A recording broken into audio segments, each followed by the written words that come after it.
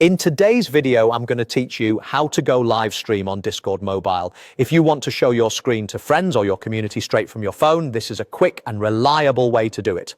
All you need is the Discord app on your device and access to a server that has a voice channel where streaming is allowed. Open the Discord app. Once you're in, head to the server where you want to stream. On your home screen, your servers appear as icons along the left edge. Tap the one you plan to use.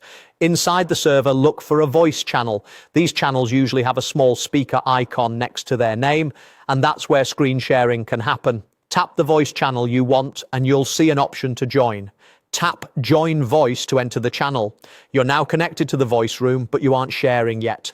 At the bottom of the screen, there's a compact panel with your call controls. To reveal the live streaming tools, swipe or scroll up on that panel to expand it.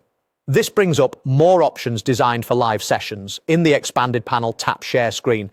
Discord will switch into a broadcast mode that shares whatever is on your display with people in the voice channel.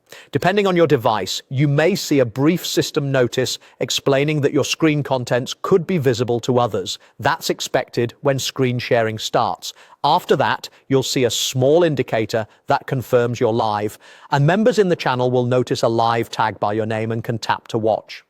While you're sharing, everything you navigate to on your phone, apps, web pages, or your gallery can be seen by viewers in that voice channel. Viewers can hear you through the voice channel while you present, and many devices capture in-app audio along with your screen, so if you play a video or a game, they'll hear it. Keep an eye on the connection and the small live badge, which helps you remember you're still broadcasting. If the share screen button isn't showing, make sure you expanded the call controls fully. The option lives inside that expanded view. Also note that each server can set its own permissions, so if the button is missing entirely, it may be disabled by the server's settings. For the smoothest experience, a stable Wi-Fi connection usually gives better quality than mobile data.